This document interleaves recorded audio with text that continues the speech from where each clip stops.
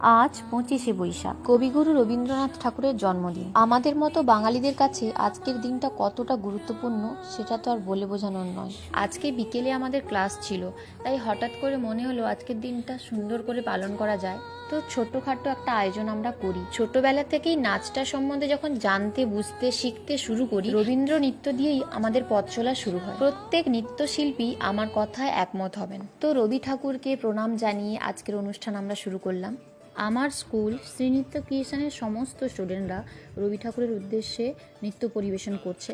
এই যে এই পুচকুগুলোকে এখন তোমরা দেখছো, ওদের বয়স এখন 6 বছর, 6.5 বছর এইরকম। খুবই সামান্যভাবে সমস্ত ব্যবস্থাপনা আমরা করেছি, আলাদা করে সেরকম কিছু করা হয়েই ওঠেনি, হঠাৎ করে প্ল্যানটা হয়। তোমরা তো জানোই যে আমি কিছুদিন বাড়িতে ছিলাম না, তাই আগে থেকে কোনো কিছুই প্ল্যান করা হয়ে ওঠেনি। তো সমস্ত বাচ্চারা আবদার করলো ম্যামেদেরও ডান্স ওরা দেখবে, তাই আমরা দুজনেও পারফর্ম করলাম।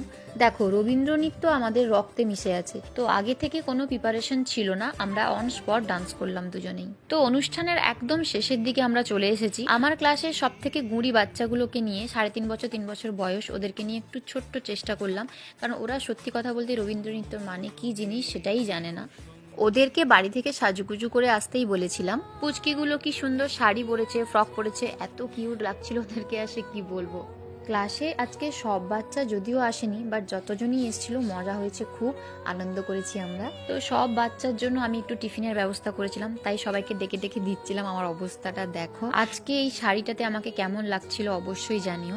এই শাড়িটা কিন্তু আমার মায়ের, বাট আমার খুব পছন্দের একটা শাড়ি। তো আজকের মতো টাটা।